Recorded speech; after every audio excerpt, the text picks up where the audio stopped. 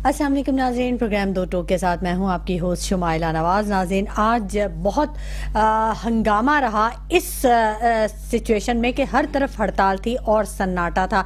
तो ये हंगामे का सन्नाटा था या सन्नाटे का हंगामा था, कुछ ऐसी सूरत हाल थी। महंगी बिजली और भारी टैक्सेस के खिलाफ मुल्क भर के ताजिर सरापा एहतजाज रहे और हड़ताल की कामयाबी की मुबारकबाद भी देते रहे। एहतजाज, हड़ताल और मुतालबात और हुकूमत की खामोशी, क्या यही हमारा नसीब है? मतलब सूरत हाल दिन ब दिन मजीद बिगड़ती हुई महसूस हो रही। यूटिलिटी स्टोर्स का जो मामला है, यूटिलिटी स्टोर्स की बंदिश का ये मामला है और हुकूमत ने ये फैसला कर लिया है। सालाना 8 अरब का माली खसारा है। क्या ये हल होगा? 11,000 से ज़ायद मुलाजमीन हैं जो कि बेरोज़गार हो जाएंगे और हर रोज़ ही उनकी वीडियोज़ आ रही होती हैं कि हम पे रहम किया जाए। और उन्होंने भी एहतजाज किया है, लेकिन यही कहा गया उनको भी कि सूरत हाल जो है वो अब हाथ से निकलती जा रही है और हमें ये इदारा बंद करना पड़ेगा क्योंकि खसारा बहुत ज़्यादा हो चुका है। ताजिर दोस्त स्कीम, आखिर इसमें क्या बुराई है? क्यों ताजिर खुद को टैक्स नेट में शामिल नहीं करना चाहते? मुस्लिम लीग नून का सारा जो जोर है वो बानी पीटीआई को जेल में रखने पर है। ऐसा क्यों है? जबकि पीटीआई की अंदरूनी लड़ाई से नून लीग को भी फ़ायदा पहुंचता हुआ दिखाई दे रहा है। क्या नून लीग मज़ीद मजबूत हो जाएगी इन आपसी इख्तलाफात के नतीजे में? हुकूमत और पीटीआई के दरमियान कुछ बैकडोर राब्ते हो रहे हैं। असल हक़ाइक़ क्या हैं, इस पर भी बात करेंगे। जबकि बिजली की कीमतों में इजाफे की दोबारा से आवाज़ें आ रही हैं। सुनाई यही दे रहा है कि फिर आने वाले दिनों में बिजली की कीमतों में इजाफा किया जाएगा। दरख्वास्त दायर कर दी गई है। जबकि सिंध में बारिश हैं और शहर काय तकरीबन बुरे हालों में है। आप भी आते हैं और हम भी आते हैं, सड़कें इस्तेमाल करते हैं और हम ये देख रहे हैं कि इंतज़ामिया दावे बहुत ज़्यादा करती है, लेकिन इंतज़ामिया के दावों की उस वक्त कलाई खुल जाती है जब हल्की फुल्की सी भी बारिश होती है तो आवाम के लिए मुश्किलात के दरवाजे खुल जाते हैं। अभी तो थोड़ी सी बारिश है, अगर ज़्यादा बारिश होगी तो क्या हाल होगा कराची का, ये तो आने वाला वक्त ही बताएगा। कराची के थाना कल्चर के खिलाफ पुलिस एहलकार का बयान सामने आ गया है। कांस्टेबल अली अहमद जो कि मंगू पीर थाने में होते हैं, उन्होंने करप्शन को बेनकाब किया है कि मंगू पीर थाने में क्या करप्शन हो रही है। ये तमाम आज के मौज़ूआत हैं जिन पर हम आज बात करेंगे। मेरे साथ जो मेरे गेस्ट मौजूद हैं मैं उनका तारुफ करवा दूं। आमिर सिद्दीकी साहब मेरे स्टूडियोज़ में मौजूद हैं। एमकेएम पाकिस्तान से इनका ताल्लुक़ है। और जबकि ऑन कॉल मोहसिन काज़मी साहब सीनियर तज्ज़ियाकार हमें ज्वाइन करेंगे और इकबाल एडवानी साहब सीनियर तज्ज़ियाकार हैं, वो भी हमें ज्वाइन करेंगे ऑन कॉल। सबसे पहले मैं आमिर सिद्दीकी साहब को खुशामदीद कहूँगी। अस्सलाम वालेकुम आमिर सिद्दीकी साहब। आमिर सिद्दीकी साहब, क्या हाल है, कैसे हैं आप? अल्लाह का शुक्र। ज़बरदस्त। आप मतलब ठीक है, आवाम परेशान है, आप भी आवाम हैं, आवाम से बड़े राब्ते में रहते हैं, तो कुछ मसाइल के हल निकलते हुए देख रहे हैं या हड़ताल, मुतालबात, एहतजाज, यही इसका हल नज़र आ रहा है आपको? देखिए, औज़ु बिल्लाहि मिनश शैतानिर रजीम, बिस्मिल्लाहिर रहमानिर रहीम। अब जिस तरह से आपने यूटिलिटी स्टोर का कहा या जिस तरह आपने ताजिरों का कहा, देखें ये वो फैसले हैं कि जो गवर्नमेंट ने और जो लास्ट प्रीवियस 5 साल की गवर्नमेंट थी, ये सारे फैसले उस टाइम होने चाहिए थे। जो इदारे हमारे खसारे में उनको फिल फोर बंद होना ही मुल्क की बका में है। अब आप देखें, जब आप मतलब जो इदारा खसारे में है उसे बंद कर दिया जाए? नहीं, उनके मुलाजमीन के हक में है कि उनको सरप्लस पूल में डाला जाए, उनको रीशफल किया जाए, उनको किसी और जगह पे उनको ट्रांसफर करा जाए या उनको एडजस्ट किया जाए। मगर आप मुझे बताएं कि मुल्क किस तरह से चलेगा? आप मुल्क में को कर्जा लेके चला रहे हैं। इदारों को बंद करके मुल्क चलेगा? नहीं, इदारों को बंद नहीं करना, वो इदारे जो बिल्कुल खसारे में है। आप मुझे बताएं कि कोई तज्जियाकार मुझे बता दे कि हमारे पास क्या रूट मैप है कि हम मुस्तकिल खसारा करके बैंकों से लोन लेके हम क्या इस मैशियत को बरकरार रख सकते हैं, बहाल कर सकते हैं? माहिरीन किधर? तो मुल्क के माहिरीन जो है वो उनसे भी आप राय ले लें। आप देखें ना, यूटिलिटी स्टोर को हम कहते हैं कि आवाम को जो सब्सिडी मिल रही है वो मिलेगी, इसके और भी बहुत सारे रास्ते हैं।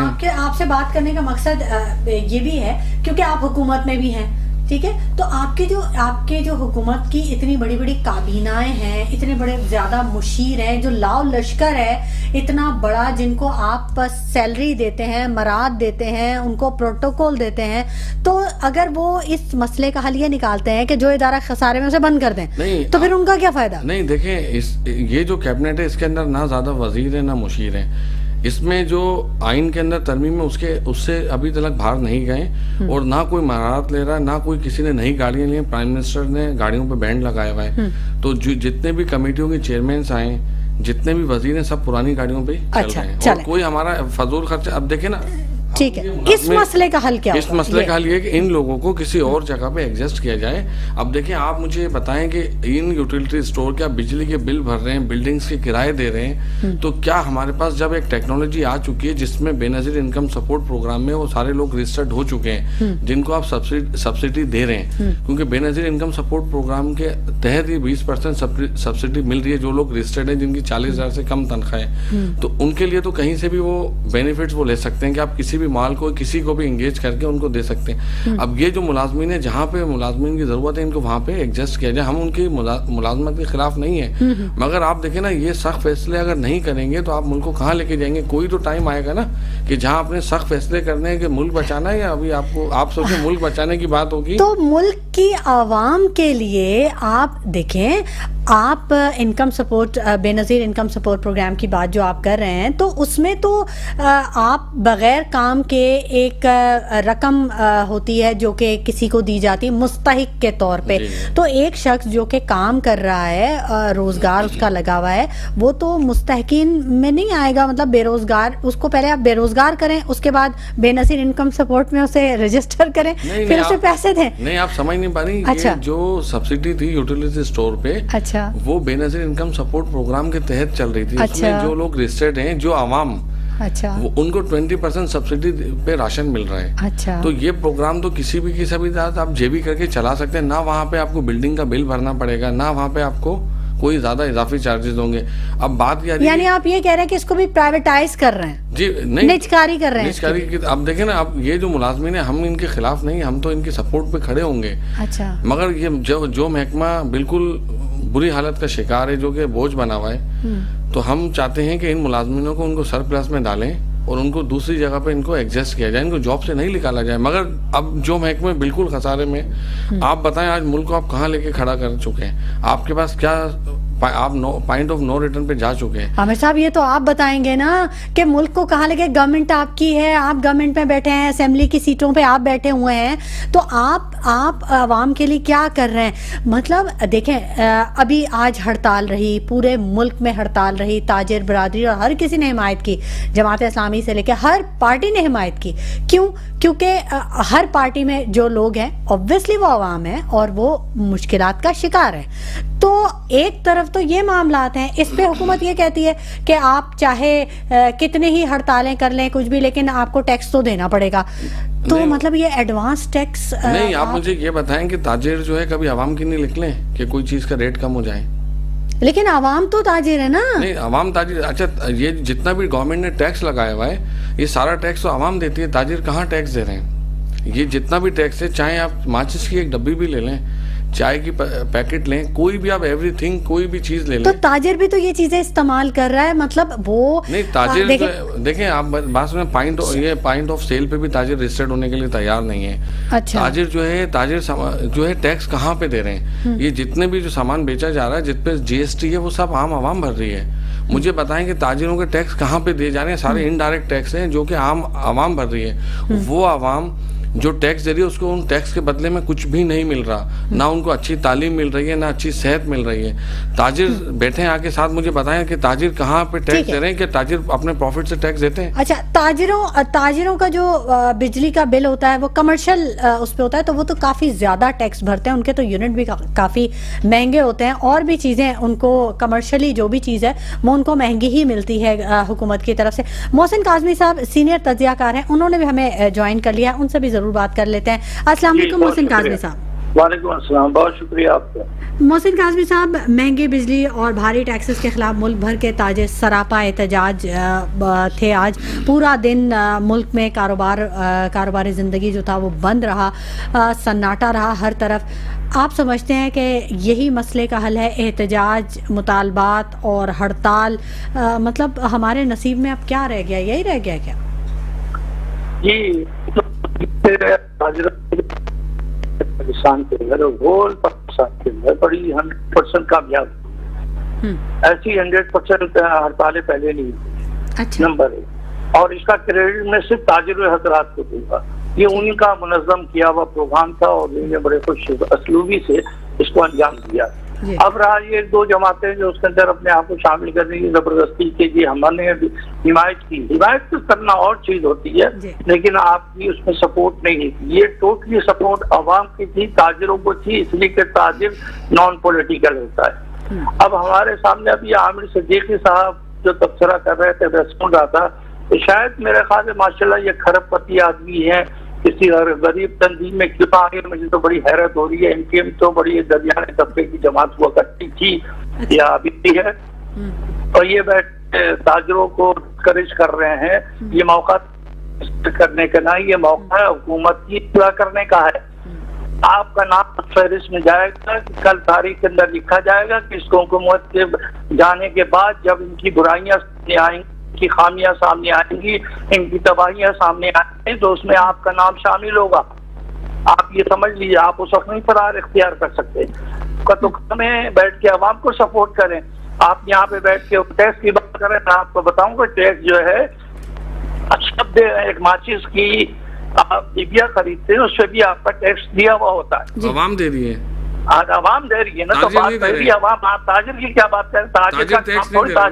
ताजिर का काम होता है खरीदना बेचना, वो टैक्स शुदा चीज तो खरीदता है, सिगरेट भी खरीदता है, टैक्स दी हुई होती है उसके अंदर। ताजिर अपने प्रॉफिट पे टैक्स नहीं दे रहे ना, ताजिर जो अपना प्रॉफिट कमा रहा है उस पे कहाँ टैक्स दे रहा है? बताऊं, मैं आपको एक हल बताता हूँ, थोड़ा सा बहुत आसानी से हल है।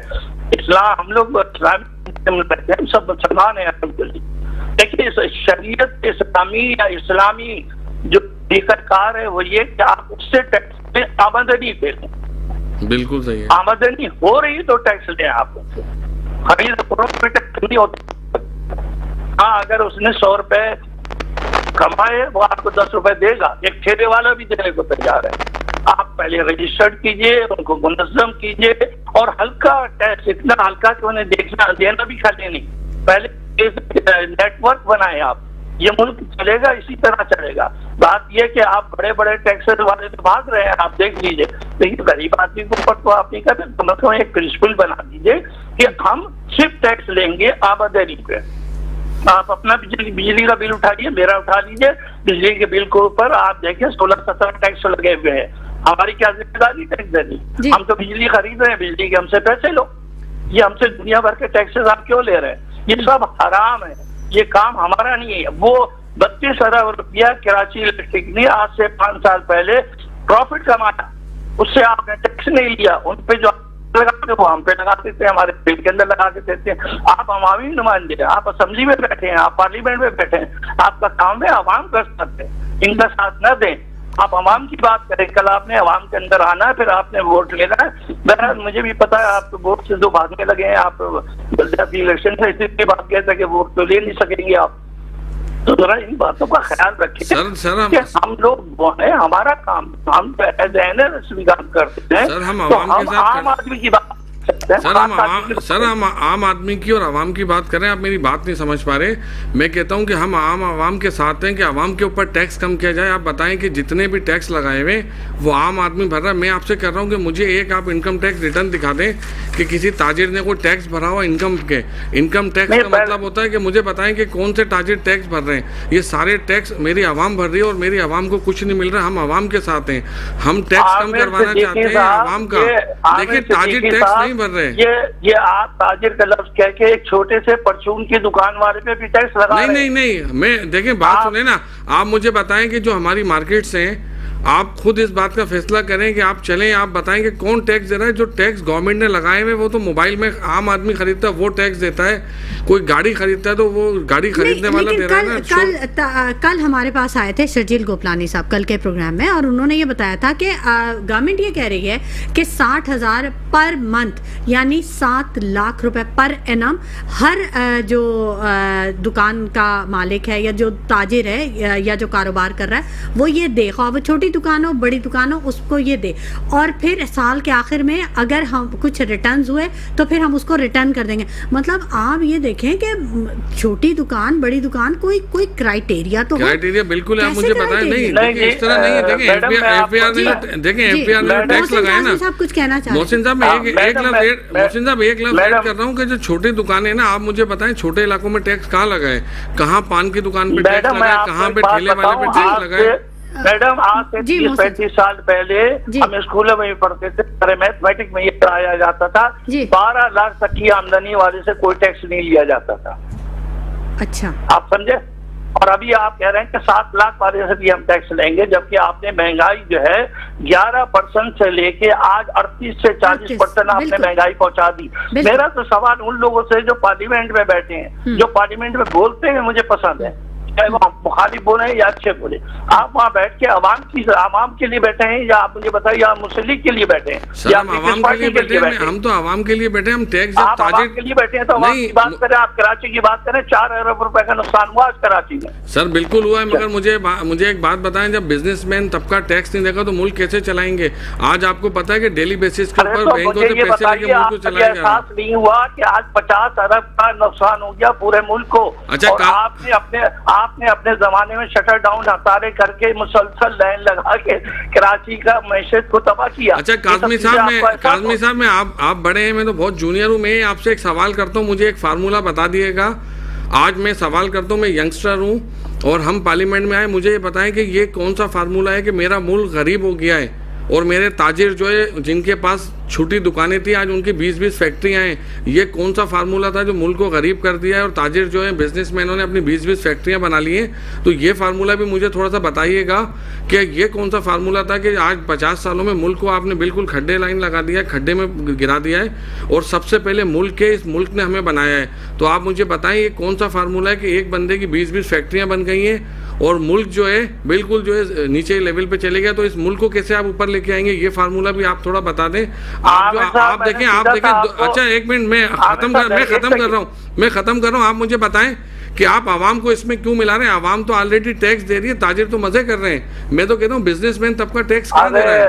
अरे सर, बिजनेसमैन तबका, मेरा सवाल ये, आप बैठ के पार्लियामेंट में ये बिल पास कराएं कि टैक्स आमदनी पे टैक्स लगेगा, किसी और चीज पे टैक्स नहीं लगेगा। आप अगर हम मुझसे बिजली के बिल पे टैक्स लेते हैं तो वो टैक्स लेने के बजाय आप सर्विस चार्जेस ले लें हमसे, समझ में आता है? बटर पे सर्विस चार्जेस ले लें, लेकिन टैक्स नहीं समझ में आता। टैक्स होता है इनकम टैक्स। आप ऐलान कीजिए कि आप इनकम टैक्स लेंगे, आप सबको रजिस्टर्ड करें। मैं कह रहा हूँ सब्जी बेचने वाले कभी आप रिकॉर्ड रजिस्टर्ड करें और उससे पूछे कि भाई तुम्हारी रोजाना की आमदनी कितनी है? अगर वो कहता मैं 500 कमाता हूँ, आप कहिए देगा, तैयार है देने। मोहसिन काज़मी साहब, यहाँ तो टैक्सेस की भरमार है ना, टैक्सेस की भरमार है। हम जिस मकान में रहते हैं उसका टैक्स भरते हैं, हमारे पास जो पानी आता है उसका टैक्स भरते हैं, जो बिजली आती है उसका टैक्स भरते हैं, मतलब जो चीज़ खरीदते हैं उनमें टैक्सेस है। तो मतलब टैक्स सिर्फ इनकम पे तो है ही नहीं ना, इनकम पे तो वो टैक्स है जो कि अगर सैलरी आ रही है तो वो कट के आती है। जी मोहसिन काज़मी साहब जी, वो सैलरी से तो टैक्स लेना ही नहीं चाहिए, ईमानदारी की बात की है। वो सैलरी ले रहा, तनख्वाह पे टैक्स कहाँ से ले रहे हैं आप? वो कौन सी इनकम कमा रहा है? आप बिजनेसमैन से ले, मैंने आपको बता दिया कि छोटा से छोटा बिजनेसमैन हो, आपके रजिस्टर्ड होना चाहिए, रिकॉर्ड होना चाहिए। आप जाकर दुनिया में घूमे, दुबई में चले जाएं, सऊदी अरब में चले जाएं, मिडिल ईस्ट के किसी शहर में चले जाएं, यूरोप में चले जाएं, सबके पास रिकॉर्ड मौजूद है कि एक बार्बर शॉप भी है तो उसके पास रिकॉर्ड है कि कितने बाई कितने की शॉप है, ये क्या कमाता है, उससे हमें कितना लेना। आपका भाई मैं तो ये कर रहा हूँ, आप अवामी नुमाइंदे बन करते हैं, आप सबको यही शौक है मेरे पीछे करने, चार गाड़ियां बड़ा आदमी बन जाओ, इसके लिए नहीं बना, साफ बात ये। अब जाहिर है अब तो हालत बदल गए, इंशाल्लाह बहुत जल्दी जो है वो ये आप देखेंगे जो तब्दीली वाली है, वो हसीन थी तो खालदा साहिबा जो है फौरन रिहा हो गई, 10 साल से कैद थी। अभी भी कोई साथ जाने वाले जाने वाली जैसी वो जाएंगे, हालात बेहतर होना शुरू होंगे। सर आप जहाँ की मिसाल दे रहे हैं ना, वहाँ पे अगर आपने जो बार्बर शॉप का ना तो वहाँ पे टैक्स देना पड़ता है। यहाँ आपकी कितनी बार्बर शॉप टैक्स दे रही है, कितने ब्यूटी पार्लर लीजिए ना, आप लीजिए, वही तो लगा रहे हैं सर ये टैक्स वही तो है। आप देखें ना, बात सुने, आप कार खरीद के आते हैं शोरूम से तो जो उस पे जीएसटी भरते हैं आप खुद भरते हैं, मुझे बताएं शोरूम वाला कितना टैक्स भर रहा है, कितना इनकम टैक्स भर रहा है? ये आपका काम है, ये आपका तो हमने यही तो टैक्स लगाया है। देखें ये दुकानदार रजिस्टर्ड नहीं हो रहे ना, आज 6 साल हो गए, आप देखें 6 साल हो गए लोग रजिस्टर्ड नहीं हो रहे, इनको बड़े मौके दिए हैं। आप मेरी बात सुने ना, देखिए ना, बड़े इनको बहुत मौके भी तो जरा सुन ले आप जी। एक डॉक्टर जो स्पेशलिस्ट होता है वो एक पेशेंट को देखने के 7,000 ले रहा है, आप उससे पैसा टैक्स नहीं देते। एक पेशेंट से 7,000 ले रहा है, 100 पेशेंट पर डे देखता है। ये इन लोगों को, बिहार वालों को ये नजर नहीं आते। मेरा मकसद है पहले आप इनको पकड़े, उसके बाद की तरफ जाए। दूसरा ये अपने सोर्सेज खुद बढ़ाइए, गवर्नमेंट का काम है सोर्सेज बढ़ाना। ये जमीनों पर कब्जा करके बड़ी बड़ी बिल्डिंगें बना के नाजायज तरीके से मुल्क तरक्की नहीं करता। सर ये तो आपका इल्जाम है ना, गवर्नमेंट अपनी बिल्डिंगों पे क्यों कब्जा करेगी? हम यही तो कहेंगे ताजिर गवर्नमेंट नहीं कर रही है। अच्छा बात सुनिए, ताजिर खुद आगे क्यों नहीं बढ़ते, आगे बढ़े और बताएं कि हम टैक्स देने के लिए तैयार हैं। आमिर साहब आपकी मिसाल दे रहा हूँ, आपकी पार्टी की मिसाल दे रहा हूँ कि ये नॉर्थ औरंगाबाद चौरंगी के ऊपर एक वहाँ पर मैरिज हॉल बना हुआ था। सर ये सब इल्जाम है, सर सब सारी जमीन जो है उसकी थी एक फ्लाई हॉस्पिटल की, और फ्लोरेंस नाम था उस हॉस्पिटल का। आज उसको डिमोलिश किए हुए 10 साल हो गए। उससे कम से कम 5 करोड़ रुपए की आमदनी होती थी, लेकिन उसको दोबारा नहीं बनाया। इस तरह के पैसे आप करके मुल्क को तबाह कर रहे हैं। उस 5 करोड़ की आमदनी से आप उस महल की सड़क भी बना सकते थे। सर ये इल्जाम है, इसमें इल्जाम है, इसमें हकीकत कुछ नहीं है। देखिए इल्जाम सर तो मैं आपको दूंगा कि कराची के नाजायज गोपा करके आपने ताजा बनाया, नॉन कमर्शियल कमर्शियल बनाया, ये सब चीजें सर ये इल्जाम है। अच्छा आमिर सिद्दीकी साहब ठीक है, कर ले, मैंने आपको नाम भी बता, जगह भी बता दी, आप जाके वो जगह को देख ले। आज भी वो डिमोलिश है। सर ये इल्जाम है आज। सर देखिए हम हुकूमत में नहीं है ना, पिछली हुकूमत में थे ना, अभी हम सिंध गवर्नमेंट में। तो अगर आप कहते हैं कि वो ऐसी चीज है तो आप जाएं, राब्ता कर ले महकमे से। ठीक है आमिर सिद्दीकी साहब, बिल्कुल आपकी बात को भी हम वो करेंगे।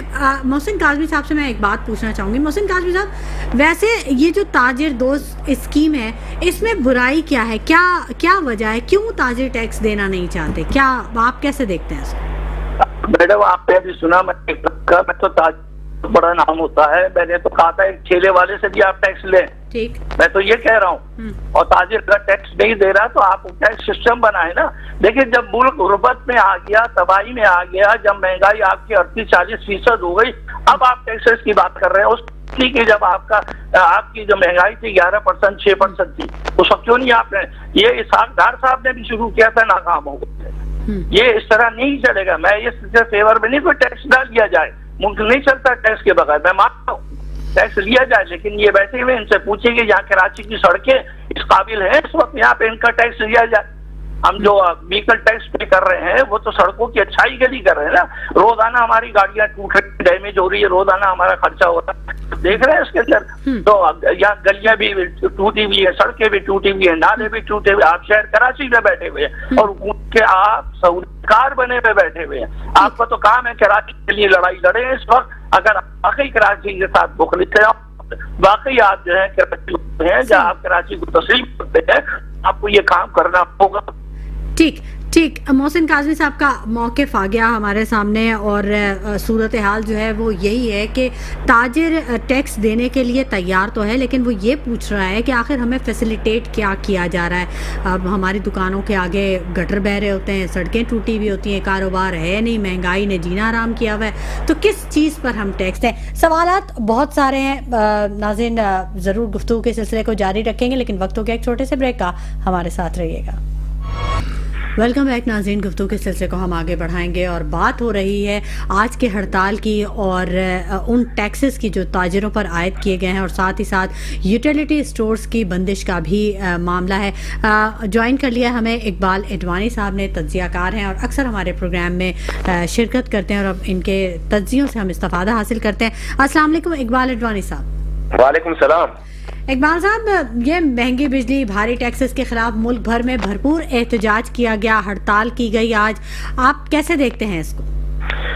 देखिए हड़ताल बिल्कुल सही की गई है ना। तो जिस तरह के जो पाकिस्तान के हालात चल रहे हैं, कोई बिजनेस कैसे कर सकता है? सवाल तो ये है ना। पहली चीज तो ये है कि जिस तरह के बिजली के बिल हैं, खास करके कमर्शियल मीटर के ऊपर, उसको कौन अफोर्ड कर पाएगा? तो उस हिसाब से हड़ताल सही है। एक तो ये इलेक्ट्रिक के बिल कम नहीं कर रहे, दूसरी तरफ टैक्स लगा जा रहे। टैक्स देना चाहिए, हर ताजिर देने के लिए तैयार है, लेकिन कम से कम इलेक्ट्रिक के बिल कम करें, टैक्स में थोड़ा परसेंटेज कम करें। तो मुझे नहीं लगता कोई बिजनेसमैन मना कर रहा हो, देने के लिए तो सब तैयार हैं। लेकिन पाकिस्तान में टैक्स कोई इसलिए भी तो नहीं दे रहा, दो चीज वजूहत भी हैं कि हम देखें, आप एक कराची के हवाले से मैं एग्जांपल देता चलूं आपको। दुनिया में सबसे ज्यादा जहां पर खेरा ज़कात दी जाती है वो कराची है, जहां डोनेशन दिया जाता है। तो यहाँ के ताजिर क्यों टैक्स नहीं देते? उसकी एक वजूहत ये भी है कि जो कहा जा रहा है कि टैक्स नहीं देते, उसकी शायद एक वजह ये भी हो सकती है कि ये जो अपने प्रोटोकॉल पे इतना खर्च कर रहे हैं, अपने यानी अपने मरात ज्यादा बढ़ा रहे हैं। आपको पता है कि सरकारी मुलाजमीन है, जो ब्यूरोक्रेसी है, उनके लिए मरात भी बढ़ गई, उनके सब चीजें माफ भी हो गई। प्रॉपर्टी में भी वो हर चीज ले सकते हैं, आम लोग नहीं ले सकते। तो इस तरह की चीजें होंगी तो टैक्स ना देने की एक ये वजह भी हो सकती है। लेकिन मुझे नहीं लगता कि कोई टैक्स नहीं देना चाहे। लेकिन पाकिस्तान में एडवान साहब, इससे पहले एक प्रोग्राम में जब आप भी शरीक थे तो जो मौजूदा हुकूमत है, इसकी वजारत खजाना का ही एक बयान डिस्कस हुआ था, जिसमें उन्होंने कहा था कि आइंदा आने वाले 2 सालों में एक वो वक्त भी आ जाएगा कि जब हुकूमत को अपने खर्चे चलाने के लिए कर्ज लेना पड़ेगा। इतने बुरे हालात हो चुके हैं। वो तो हो जाएगा ये तो, लेकिन वो अपने खर्चे कम नहीं कर रहे। बात ये है ना, खर्चे चलाने के लिए कर्ज लेना पड़ेगा, वो तो बात की बात हो गई। लेकिन आप अपने खर्चे क्यों कम नहीं कर रहे हैं? आप एग्जांपल देते हैं दूसरे मुल्कों की, यूके की मिसाल देंगे, अमेरिका की देंगे, तो वहाँ प्राइम मिनिस्टर किस तरह रहता है, आप इस तरह रह रहे हैं। आपका प्रोटोकॉल देखे किस तरह है, वो तो लंच भी अपने जेब से देते हैं। तो मकसद कहने का ये कि जब आप दूसरे मुल्कों की एग्जांपल दे रहे हो कि यहाँ पर इतने टैक्स दिए जा रहे हैं, तो वो सबसे पहले एग्जांपल खुद को सेट करते हैं, खुद की ऑनेस्टी जाहिर होती है, फिर जाके आपके साथ अवाम भी खड़ी रहेगी। हमारे यहाँ ये खुद तो कुछ कर नहीं रहे। इनके अखराजात देखें, मिनिस्ट्रियां देखें, ये जब बाहर जाते हैं इनके अखराजात देखें, इनका प्रोटोकॉल देखें। सबसे पहले अगर आप चाहते हैं कि आम आदमी टैक्स दे, आम बिजनेसमैन टैक्स दे, तो सबसे पहले आपको ये साबित करना पड़ेगा कि वो टैक्स सही जगह यूज हो रहा है। एक ये भी प्रॉब्लम है, जिस तरह के इनके प्रोटोकॉल हैं, जिस तरह की इनको मराद दी जा रही है, तो कौन क्यों टैक्स देगा इनको? ये भी एक सवाल बन जाता है ना। ठीक है, कुछ कहना चाहेंगे? मैं पहले तो अपना काज़मी साहब का जवाब दूंगा। काज़मी साहब देखें, एमक्यूएम के ऊपर हमेशा से इल्ज़ाम ही लगते हुए आ रहे हैं, और हमेशा कराची का मुकदमा एमक्यूएम पाकिस्तान नहीं लड़ाए। और अभी भी जून के अंदर जिस तरह से हमने अपनी स्कीमों को, अपने कराची को आइडेंटिफाई किया कि कराची की जो हालत हुई हुई है इस टाइम, मैं आपसे अपील करता हूँ कि एक एहतजाजी कॉल आप लोग भी दे दें, हम आपके साथ खड़े होंगे कि कराची की जो हालत है उसके ऊपर भी एक एहतजाजी कॉल दे दें, ताकि फिर पता चलेगा कि आप कितना कराची के साथ हैं, तो आप कितना कराची के लिए दर्द रखते हैं। तो आज हम तो तैयार बैठे हुए हैं, हम हर जगह पे अपने शहर का मुकदमा लड़ रहे हैं, चाहे एजुकेशन हो, चाहे हेल्थ हो। एमक्यूएम पाकिस्तान हर प्लेटफॉर्म पे, एमक्यूएम पाकिस्तान के प्लेटफॉर्म से हर जगह मुकदमा लड़ा जा रहा है। चाहे 40 साल हो गए आपको ये मुकदमा लड़ते हुए, आपकी अब ये जिस तरह पार्टी बने हुए, कौन सा मुकदमा आप जीते, कौन सा मसला हल हुआ है? देखिए, कोटा सिस्टम हल नहीं हुआ है, तालीम वहीं की वहीं है, और क्या पानी का मामला वहीं का वहीं है, सड़कें और वो सब तो जो है सो वो हैं।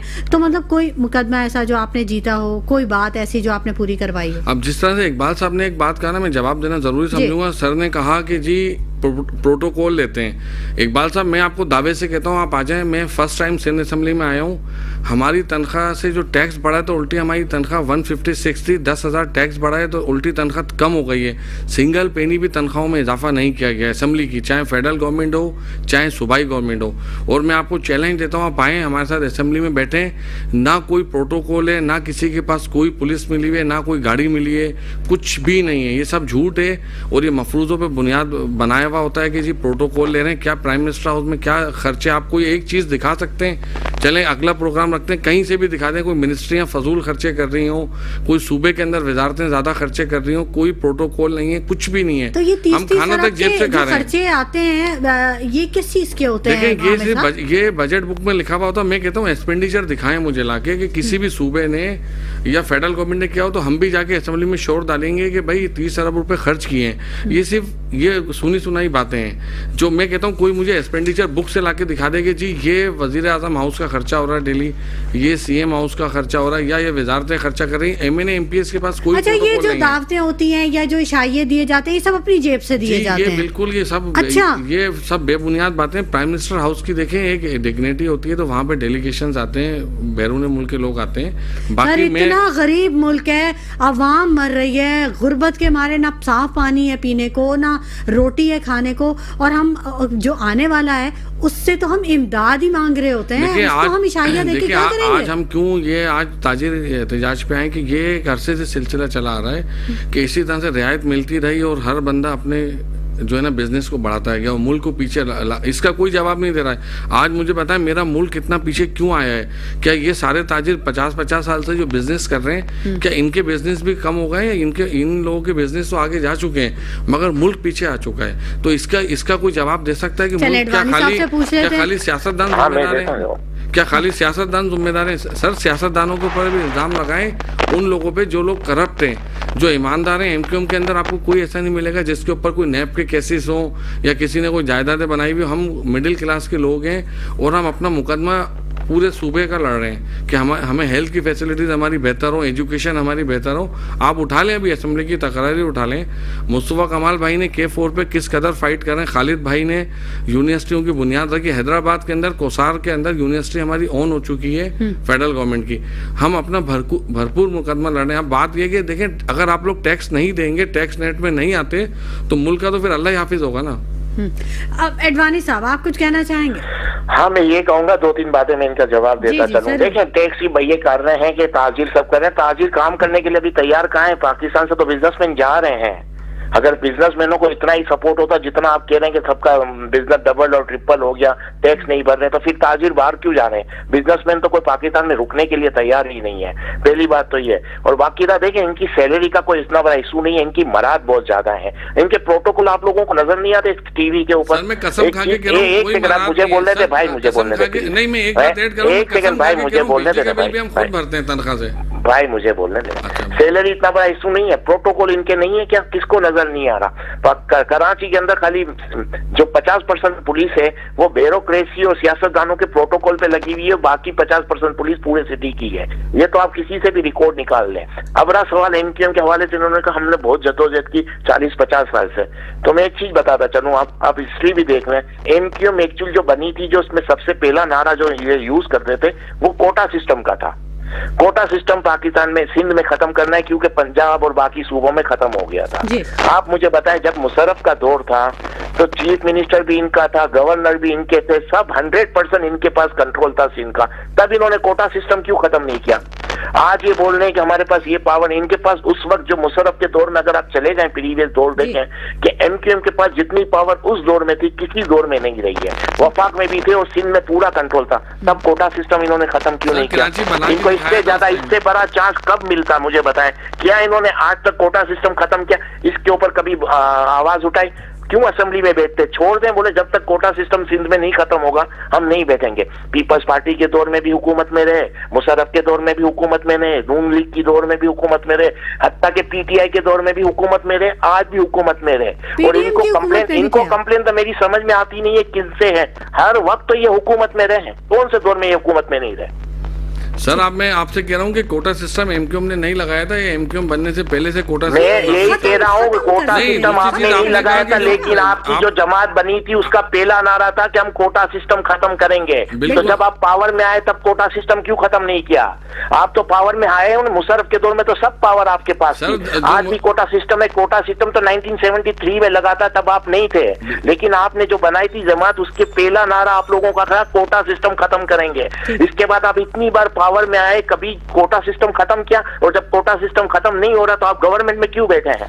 मुशर्रफ के दौर में तो सबसे ज्यादा पावर आपके पास थी, हर किस्म की पावर आपके पास थी। मुशर्रफ के दौर में तब क्यों खत्म नहीं किया आपने? नहीं, आप ऑपोजिशन में होकर बात अलग करते हो, लेकिन आप तो तकरीबन गवर्नमेंट में ही रहे हो। मैंने तो तब से देखा है, जब से होश संभाला है एमक्यूएम गवर्नमेंट में रही है। काम क्या किया आपने ये बताओ ना। सर ये कराची किसने बनाया? सर जब मुशर्रफ के टाइम पे जब इक़्तिदार था तो मुस्तफा कमाल भाई जब नाजिम थे तो कितनी कराची में डेवलपमेंट हुई? देखिए ये बात भी, इस बात का भी जवाब देता हूँ। मुझे इस बात का भी जवाब देना। काम जो किया था ना आपने, जो मुस्तफा कमाल ने जो उस दौर में, तो वो इस वजह से हुआ था कि नेमतुल्लाह ने सब चीजें शुरू करवा दी थी।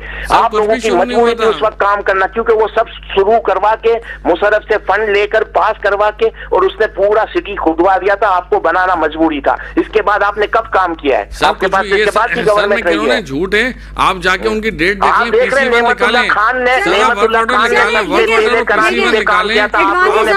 आप देखें बात कहाँ से कहाँ लेके, आप बात हो रही है टैक्स की ना, आमिर साहब और एडवानी साहब, ठीक है, टैक्स देना है। हम थोड़ा सा मौजू से हट रहे हैं क्योंकि कुछ चीजें जो हैं वो तारीख का हिस्सा है, कुछ चीजें ऑन रिकॉर्ड हैं, हर चीज मौजूद है, सबको सब कुछ पता है क्या गलत है क्या सही है। थोड़ा सा मौजू पे आ जाते हैं। एडवानी साहब, आपकी मौजूदगी का फायदा उठाते हुए मैं जरा ये भी पूछ लूँ, ये यूटिलिटी स्टोर्स की बंदिश का मामला, 11,000 मुलाजमीन बेरोजगार होने जा रहे हैं, बहुत रो रहे हैं, बहुत तड़प रहे हैं, एहतजाज भी कर रहे हैं। इस मामले को आप कैसे देखते हैं, जबकि यूटिलिटी स्टोर्स 8 अरब का माली खसारा है इसमें, जबकि हुकूमत ये कह रही है कि जो भी खसारा इतना ज्यादा हो रहा है तो उसको बंद कर देना ज्यादा बेहतर है। आप समझते हैं कि ये सही? मैं यही तो कह रहा हूँ, हुकूमत हर चीज सॉर्ट कर, हुकूमत जब तक अपने खराजात कम नहीं करेगी पाकिस्तान के प्रॉब्लम खत्म नहीं होंगे।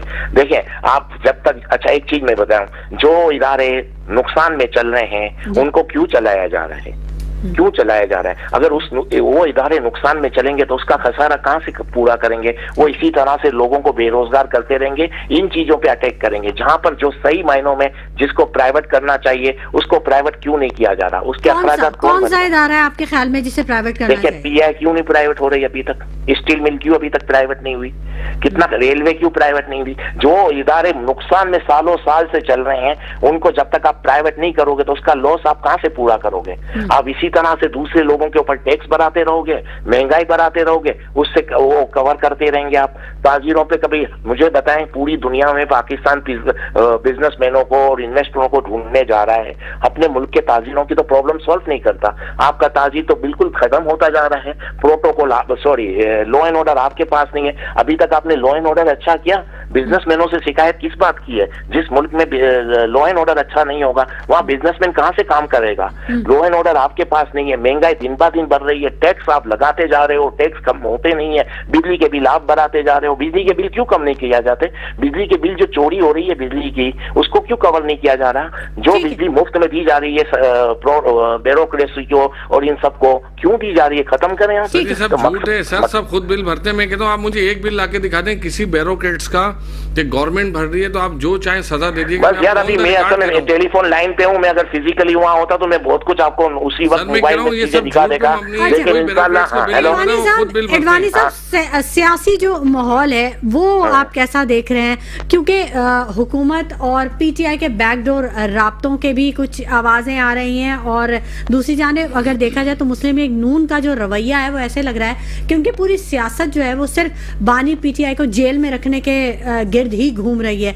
और तीसरी एक और अहम बात कि कुछ खबरें ऐसी आ रही हैं कि शायद मियां नवाज शरीफ जो हैं वो अब रख्ते सफर बांध रहे हैं, कुछ ऐसी इतलात आप तक पहुंच रही हैं? देखें, पहली बात आप कह रही हैं पीटीआई के हवाले से, देखिए पीटीआई और हुकूमत के कोई बैकडोर ताल्लुकात, यानी जो बैकडोर चैनल कोई ताल्लुकात या मुज़ाकरात नहीं हो रहे। अच्छा। नहीं होंगे, ना हुकूमत के हाथ में है उनसे मुज़ाकरात करना। पहली चीज तो बानी पीटीआई तो कह रहे हैं मुझे इन सियासतदानों से बात ही नहीं करनी, एक चीज।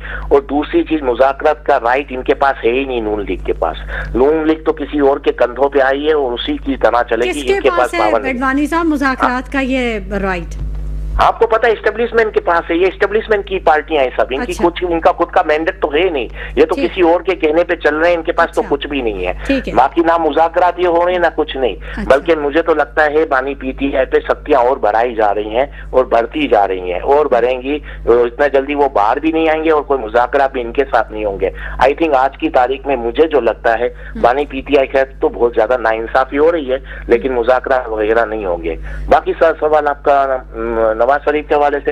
हाँ, तो नवाज शरीफ मुझे लगता है चले जाएंगे, क्योंकि जब भी आप देखें चीफ जस्टिस की कोई ट्रांसफर होती है या कोई आता है या कोई जाता है तो नवाज शरीफ या तो चले जाते हैं या तो आ जाते हैं। जैसे से वक्त आ रहा है नए चीफ जस्टिस का, तो उससे पहले मुझे लगता है नवाज शरीफ पाकिस्तान छोड़ के चले जाएंगे, यही होगा। बाकी आपका क्या सवाल है जी? और पीटीआई की जो अंदरूनी लड़ाई है ये कितनी कारगर होगी? नून लीग के लिए कोई रास्ता निकाल देगी या नून लीग के लिए मजबूती का बायस बन जाएगी क्या ये इख्तिलाफ? नहीं, नून लीग को तो इस चीज से फायदा है कि बानी पीटीआई के दरमियान इख्तिलाफात रहे, क्योंकि नून लीग को पता है कि वो गवर्नमेंट मेरिट पे तो है नहीं। अगर बानी पीटीआई आ जाते हैं और इलेक्शन हो जाते हैं तो नून लीग की तो छुट्टी हो जाती है।